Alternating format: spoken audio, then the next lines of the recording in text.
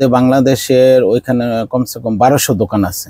যে কোনো কান্ট্রির লোক আসলে যে বাংলাদেশের কাপড় নাম্বার 1। আমার নাম মামুন। আপনি দুবাই কতদিন? 1 বছর। 1 বছর।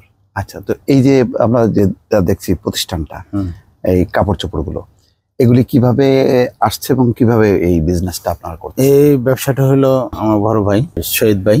আচ্ছা, উনি ঢাকাতে 20 বছর ধরে এই ব্যবসার সাথে জড়িত, এক্সপোর্ট কোয়ালিটির ব্যবসার সাথে। আচ্ছা, উনি ইউরোপ কান্ট্রির যত প্রোডাক্ট বাংলাদেশে অর্ডার হয় ওইখান থেকে ওটা এক্সপোর্ট হওয়ার পরে যে মালগুলা থাকে ওই মালগুলো উনি কালেকশন করে। আচ্ছা, 1 নম্বর কোয়ালিটি। আচ্ছা আচ্ছা। তো উনি চিন্তা করলো যে আমি দুবাই যদি চলে যাই, এটা দুবাইতে অনেক চাহিদা। আচ্ছা, এই জন্য উনি আইসা দুবাইতে প্রতিষ্ঠানটা দাঁড়া করায়। ইনশাল্লাহ ওনার প্রোডাক্ট যা আছে সবই অনেক ভালো। আচ্ছা, মানে এটা তাহলে বাংলাদেশ থেকে নিয়ে আসতেছে? হ্যাঁ, সব বাংলাদেশের গার্মেন্টস এর যেই গার্মেন্টস গুলো আছে সেই গার্মেন্টস এর অতিরিক্ত যে জিনিসগুলো যেগুলি সেল করে দিচ্ছে সেইগুলো সংগ্রহ করে আপনারা এখানে শোরুম করা হয়েছে। তো এরকম কি আরো অনেকেই করছে? না, শুধু কি আপনিই করছেন নাকি না দুবাই আমাদের আরো বাংলাদেশি করতেছে? আরো বাংলাদেশি আজমানে আছে। আজমানে আমাদের বাংলাদেশের মধ্যে একটা সবচেয়ে বড় মার্কেট হলো আজমান। ওইখানে হোলসেল, ওইখানে আপনার এটাও তো হোলসেল? এটাও হোলসেল, রিটেলও।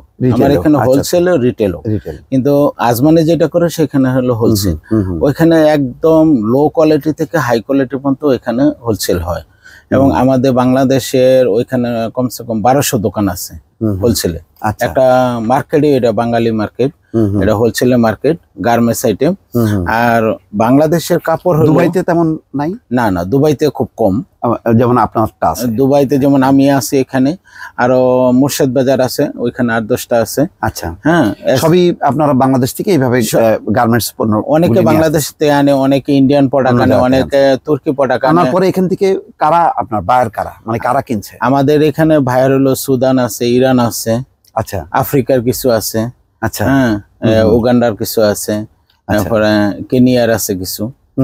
তারা আসে, দেখে প্রোডাক্ট দেখে ভালো মনে করলে তারা ওইটা নিয়ে নেয়। আচ্ছা আচ্ছা, বাংলাদেশে। তো মানে এটার এই পসিবিলিটি কেমন দেখেন? এটা কি আস্তে আস্তে বাড়ছে? ইনশাআল্লাহ বাড়ছে না, আলহামদুলিল্লাহ। এমনি আপনারা কন্টেনারে করে নিয়ে আসেন তো? না না, আমরা এটা হয়েছে কি, এটা হলো ব্যান্ডের আইটেম তো।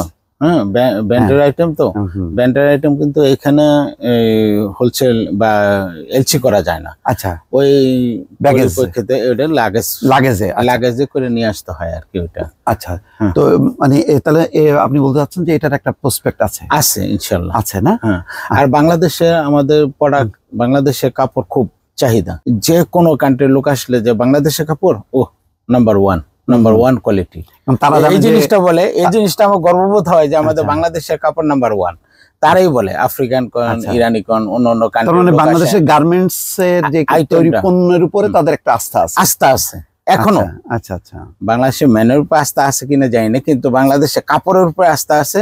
যে এটা এই যে আরব কান্ট্রির লোক কোন, দুবাই কোন, কাতার কোন, সৌদি কোন, সব জায়গায় বাংলাদেশের কাপড় একদম গুড কোয়ালিটি। এটা মিডল ইস্ট, কিন্তু ইউরোপ কান্ট্রিতে 1 নাম্বার বাংলাদেশ।